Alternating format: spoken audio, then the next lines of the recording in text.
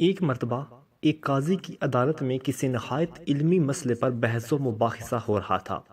اس بحث کے دوران ایک نہایت خستہ حال درویش عدالت میں داخل ہوا اور ایک مناسب مقام پر جگہ تلاش کر کے بیٹھ گیا۔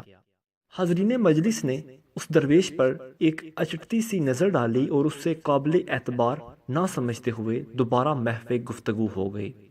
بعض قابلین مجلس نے اپنا تکبر ظاہر کرنے کے لیے اسے وہاں سے اٹھا کر جوتوں کے نزدیک بٹھا دیا۔ درویش اس متکبرانہ سلوک سے بڑا دل برداشتہ ہوا، لیکن اس نے اس بات پر لب کشائی مناسب سمجھی۔ بحث کسی منطق پر نہیں پہنچ رہی تھی۔ کوئی ایسا فیصلہ نظر نہیں آ رہا تھا کہ جس پر سب عالم متفق ہو جائیں۔ وہ غصے سے ایک دوسرے پر برسنا شروع ہو گئے۔ ان کی گردنوں کی رگیں پھول گئیں، منہ سے کف نکلنے لگے۔ وہ درویش خاموشی سے بیٹھا یہ سارا منظر دیکھ رہا تھا۔ اس میدان کا رازدار کو دیکھتا رہا اور پھر اچانک بلند آواز میں بولا کہ اگر آپ حضرات پسند کریں تو میں اس بارے میں اپنی رائے کا اظہار کرنا چاہتا ہوں۔ قاضی نے فوراً اجازت دے دی۔ درویش نے نہایت شیرین لہجے میں اس گرہ کو سلجھانا شروع کیا اور دیکھتے ہی دیکھتے اس مسئلے کا قابل قبول حل سامنے رکھ دیا۔ اس قدر آسانی سے یہ مسئلہ حل ہو گیا کہ سب حیرت زدہ ہو گئے۔ اب حاضرین اکابرین کی اپنی غلطی کا احساس انہیں ہونے لگا کہ جس شخص کو وہ اس کی خستہ حالی کے باعث فقیر سمجھ رہے تھے وہ تو عالم و منطق کا خزانہ نکلا۔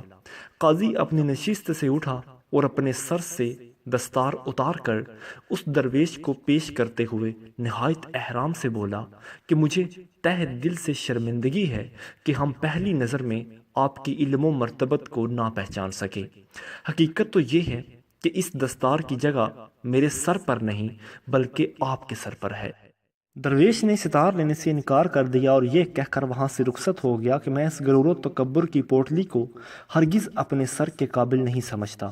یاد رکھنا، انسان کو اس کے لباس سے عزت نہ دو بلکہ اس کے علم سے پہچانو اور احترام دو۔ کوئی شخص صرف اس لیے عالم نہیں بن جاتا کہ اس کا سر دوسروں سے بڑا ہوتا ہے، بلکہ اس کے سر کے اندر ذہین دماغ ہونا بھی شرط ہے، ورنہ دیکھا جائے تو سب سے بڑا سر تو کدو کے پاس بھی ہوتا ہے۔ امام غزالی رحمۃ اللہ تعالی علیہ کہتے ہیں کہ ایک بادشاہ تھا، اس کا ایک باغ تھا، اس کے کئی حصے تھے۔ بادشاہ نے ایک آدمی کو حکم دیا کہ میرے لیے اس ٹوکری میں بہترین اور عمدہ قسم کے پھل لے آؤ، مگر شرط یہ ہے کہ جس حصے میں جاؤ وہاں تمہیں کوئی بھی پھل پسند نہ آئے تو دوبارہ اس حصے میں نہ آنا۔ وہ آدمی باغ کے ایک حصے میں داخل ہوا تو وہاں اسے کوئی پھل پسند نہ آیا۔ اسی طرح وہ ایک ایک کر کے تمام حصوں میں گیا لیکن کوئی بھی اسے پھل پسند نہ آ سکا۔ جب وہ آخری حصے میں پہنچا تو حیرت زدہ ہوا کیونکہ وہاں کچھ بھی نہ تھا اور شرط کے مطابق واپس ان حصوں میں جا بھی نہیں سکتا تھا جہاں پھل تھے۔ مجبوراً وہ خالی ٹوکری لے کر بادشاہ کے سامنے حاضر ہوا۔ بادشاہ نے پوچھا کہ میرے لیے کیا لائے ہو؟ اس نے جواب دیا کچھ بھی نہیں لایا۔ امام غزالی رحمۃ اللہ تعالی علیہ نے فرمایا کہ بادشاہ سے مراد اللہ تعالیٰ کی ذات ہے، باغ سے مراد انسان کی زندگی ہے اور ان حصوں سے مراد انسان کی زندگی کے ایام ہیں۔ ٹوکری سے مراد انسان کا نامہ اعمال ہے۔ انسان کہتا ہے کہ میں کل سے نیک اعمال شروع کر دوں گا اور کل سے نماز پڑھوں گا، لیکن وہ کل کرتے ہوئے ایک دن موت اسے اپنی آغوش میں لے لیتی ہے اور جو دن گزر جاتے ہیں وہ واپس نہیں آتے، تو یہ اللہ کے پاس خالی دامن چلا جاتا ہے اور اس سے معلوم ہوا کہ دنیا دھوکے کا گھر ہے۔ شیخ سعدی رحمۃ اللہ تعالی علیہ سے کسی نے پوچھا کہ بھائی اور دوست کے بارے میں کچھ کہیں۔ شیخ سعدی نے فرمایا کہ بھائی سونا ہے اور دوست ہیرا۔ اس شخص نے کہا حضور، ہیرا مہنگا ہوتا ہے اور سونا سستا، آپ کیا فرما رہے ہیں؟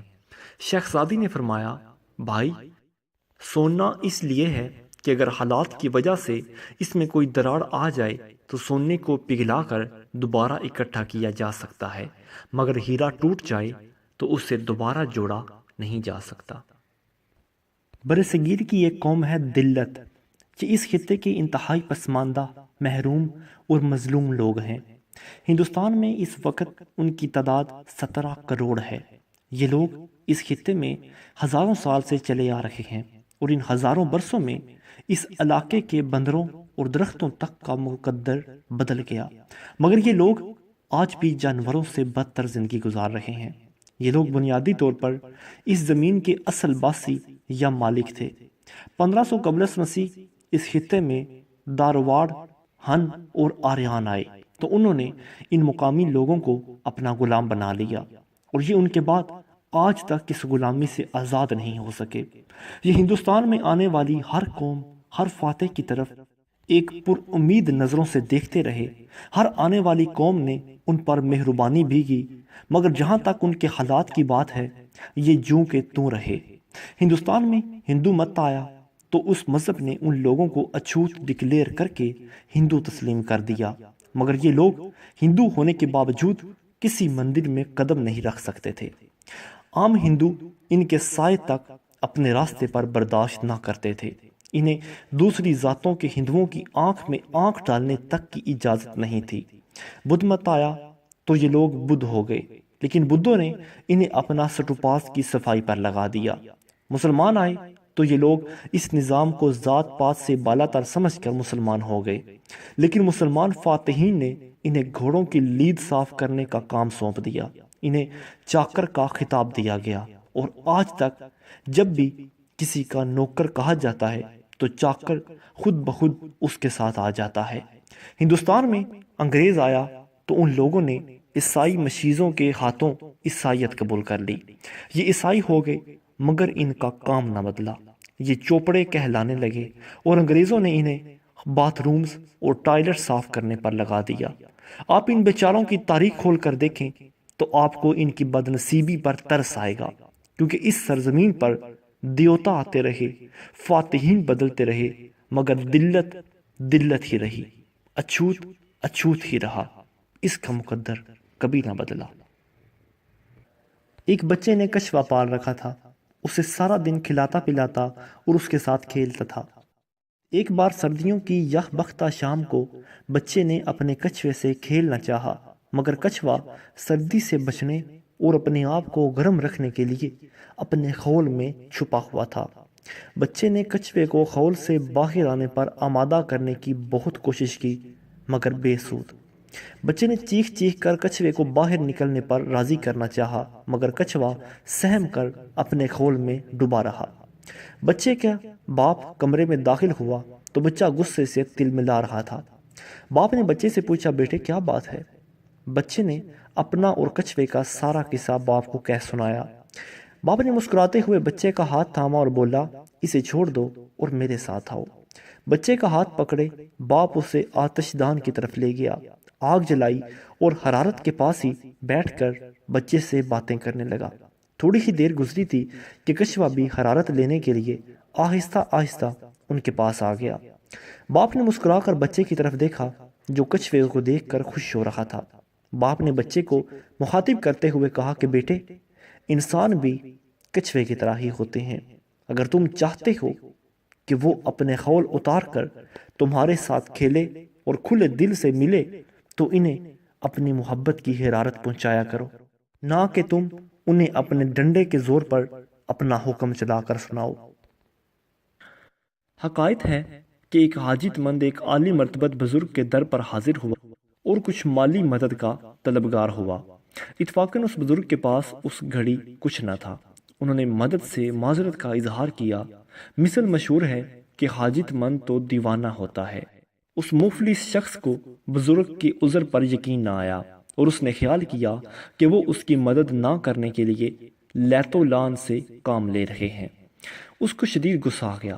وہ مکان سے باہر نکلا اور انہیں کڑوی کسیلی باتیں سنانے لگا، غرض یہ کہ غصے کی حالت میں جو کچھ اس کے منہ میں آیا وہ بکتا چلا گیا۔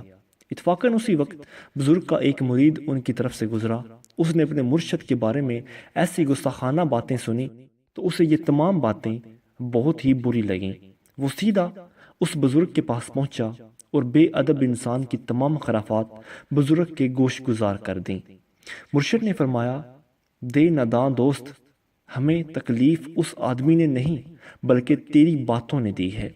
اس آدمی نے مکان سے باہر نکل کر جو کچھ کہا میں اس سے بالکل بے خبر تھا، لیکن تو نے مجھے وہ تمام تفصیلات بتا کر مجھے عارضت کر دیا۔